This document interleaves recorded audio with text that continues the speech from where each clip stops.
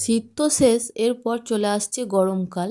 আর গরমকাল আসা মানেই ছাদের এই প্রচণ্ড তাপ নামে নিচের ঘরগুলোয়।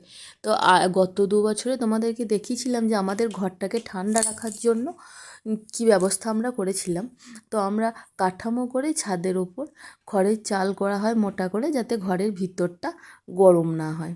কিন্তু গতবার আর একটা জিনিসও করা হয়েছিল, তোমরা ভিডিওটায় দেখতে পাচ্ছ যে আমরা জলের ট্যাঙ্কটাকে ঠান্ডা রাখার জন্য ওই মড়াইতে যে বটটা জড়ানো হয় সেই বটটা একটা এক্সট্রা ছিল, তো সেটা আমরা আমাদের জলের ট্যাঙ্কটায় জড়িয়েছিলাম। আর ফলাফল স্বরূপ এটা জড়ানোর ফলে যেটা হয়েছিল সেটা হচ্ছে খুব ভালো উপকার পেয়েছিলাম। কোনো সময়তেই জলটা গরম হচ্ছিল না, সব সময়তেই ঠান্ডা জল পাচ্ছিলাম। আর আরেকটাও হয়েছিল যে ট্যাঙ্কটা খোলার উপায় ছিল না, তাই জন্য ভেতরটা পরিষ্কার করারও কোনো ব্যবস্থা ছিল না, গোটা গ্রীষ্মকাল জুড়ে বন্ধই ছিল। আর এই এখন খোলার পর দেখতে পাচ্ছ কী অবস্থা, সাথে এই যে বিচ্ছে থেকে শুরু করে এমন কোনো পোকামাকড় নেই যেটা হয়নি। গ্রীষ্ম যাওয়ার পর বর্ষায় জলেতে সব পচে গিয়েছিল গোটা বটটা, তার ফলে এভাবে সব পোকামাকড় হয়ে গেছে, গোটা ট্যাঙ্কটা প্রায় নষ্ট হয়ে গেছে আর ভিতরের এই অবস্থা হয়েছে। তো সব মিলিয়ে কিন্তু একদম বাজে অবস্থা।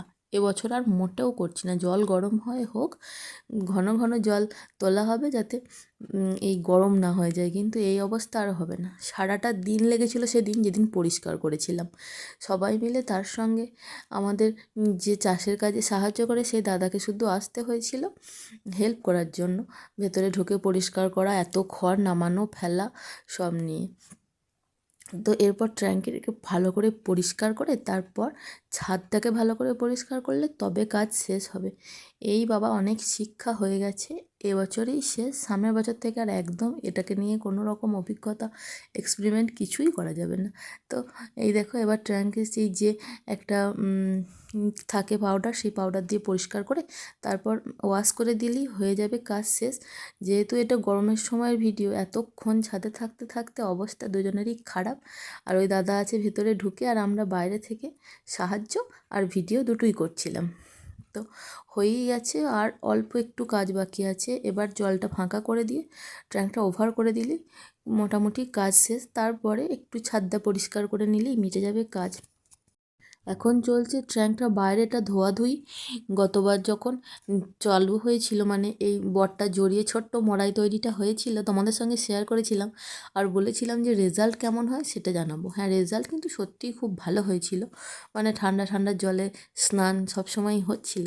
কিন্তু এই যে তার ওই বলে না ক্যামেরার পিছনের ঘটনা, এটা হচ্ছে সেই পিছনের ঘটনা, ভয়ঙ্কর ঘটনা। এরকম মানে এতটা বাজে অবস্থা হবে সত্যিই ভাবা যায়নি। এই যে এখন একটু পরিশুদ্ধ করা হচ্ছে ডেটল দিয়ে, হয়ে গেল ব্যাস। এরপর আর সামনের বছর থেকে একদমই না, এবছর মোটেই করা হবে না। হ্যাঁ, তবে আমাদের ছাদের ওপরে যে খড়ের ঘরটা হয় সেটা কিন্তু অবশ্যই হবে। আর হোক, যখন হবে তখন তোমাদেরকে আবারও দেখাবো যে এবছরের ছাউনিটা তাহলে কেমন হলো। হয়ে গেল ব্যাস, ওদের কাজ শেষ। সাথে সাথে বৃষ্টিও নেমে পড়েছিল সেই দিন, আর সাথে আমার কাজ শুরু। ছাদটা ভালো করে ঝাঁট দিয়ে পরিষ্কার করলেই আজকের মিশন হবে সাকসেসফুল। আচ্ছা, এটার কীরকম পরিণতি সেটা তো তোমাদের সঙ্গে শেয়ার করলাম, কেমন লাগলো অবশ্যই জানিও। আর আমাদের মতন কারা কারা জল ট্যাঙ্ক ঠান্ডা রাখার জন্য আর কি কি উপায় করো সেটাও জানিও। তাহলে চলো আজকের মতন ভিডিওটা এখানেই শেষ করছি, টাটা।